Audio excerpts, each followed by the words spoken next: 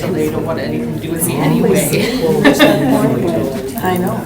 There's like no winning, like, you're like, oh my God, 3 and 4 is the worst. You're like, well, I don't even have time, thank you.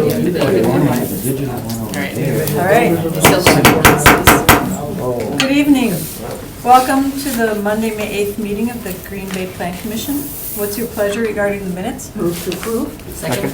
Got a motion and a second to approve. Is there any other discussion? I noticed one thing that on the first page, in number 1, the paragraph there, it says, Alderman Zimmer was unable to attend the meeting but indicated to staff that the display sale area should be increased from 150 to 200 square feet.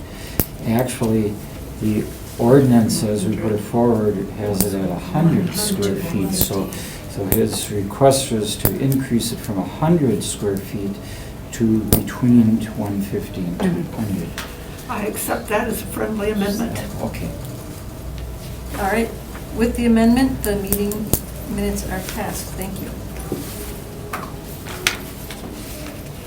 Okay, item number 1, consideration with possible action on the request to rezone a portion tax parcels 21-363, 21-8228, and 21-8227 at Largo Ridge Court from rural residential to low-density residential, submitted by Steve Ida Mao and Associates, sorry, I should have known, on behalf of Craig Baston, property owner. Thank you, Madam Chair. This is a request for rezoning from rural residential to low-density residential out on the city's east side near the Lake Largo Drive. So this is Humboldt Road on the east side. Highway 5457 is just off the map here. Lake Largo, Bay Highlands, some of the landmarks here. And the subject area is located right here where the star is, just south of the Largo Ridge cul-de-sac. So this area is recommended for low-density residential as part of the city's comprehensive plan. You can kind of see the difference in zoning here. This color yellow is the low-density residential, and this is the rural residential zoning. So there needs to be a change to allow for the expansion of zoning here. So a few years back, the Largo Ridge Estates plat was approved. This is a border here. To the north is further subdivided, south is undeveloped area. And when it was subdivided at the time, some of these lots were rather shallow, so this request will include some additional areas for property owners to the south to expand those lots to be fully developable. So again, this is R1 here, this is rural residential. We're really just kind of rezoning this small portion of these rear lots. Actually, when we describe it, we'll probably end up describing the entire boundary for rezone.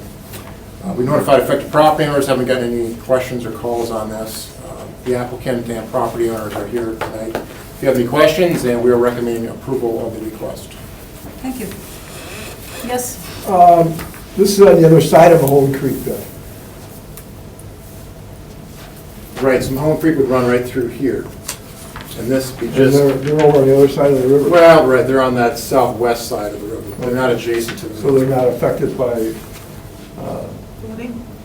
where would Mahone Creek be on that particular map? That's where I was getting confused. Yeah, it kind of runs through these Comes lots. through here. there, yeah. It comes down and out this way here. So there's a path right this way through those lots. Because those lots up there were restricted by what you could do with them because that's, believe it or not, it's a navigable river, or creek. And, but still that waterway goes right through those lots that are showing there. But we're off to a different area here probably, but the river or creek does bend. It must be just bending right around it or something. It does, but it doesn't affect the subject area. Yeah, it But doesn't that is affect- on private property. It's Yeah, restricted by ESAs. Ah, okay. Yeah, it doesn't affect, this is what Are there other questions? We do have the petitioner here. Move to suspend the rules. Second. Thank you. Mr. Beta? Only if you have any questions. Really, the simple math is we're taking 2 lots that were narrower and longer, and the Bastons own the property to the south. We're able to take those 2 lots and really create 4 nice parcels on the end of that cul-de-sac with very little land acquisition by them. So that's really all it is. So.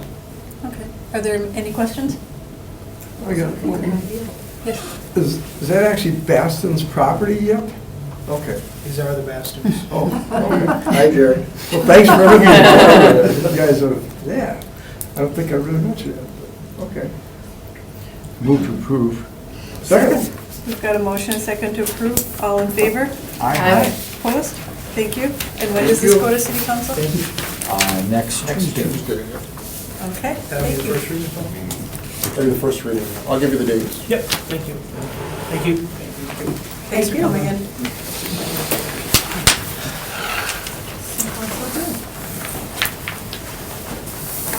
Is there a director's update? I actually do. I can tell you that at the last council meeting, the plan for the report of the Plan Commission was passed, which included the public hearing and the third reading with regards to the property on the west side of the 2600 block of Nicolay Drive. And then there were first readings on the ordinance with regards to the limited outdoor storage and display, as well as the ordinance rezoning the property from low density to conservancy district. And that passed All with passed. the 100 square feet. It did, on the correct. display. That was not amended Just at going all. back to the earlier comments, great. Correct. Thank you. Move to adjourn. A motion to adjourn, is there a second? Yes. All in We're favor? going for a record. Aye. Oh. I think that was a record. It must be.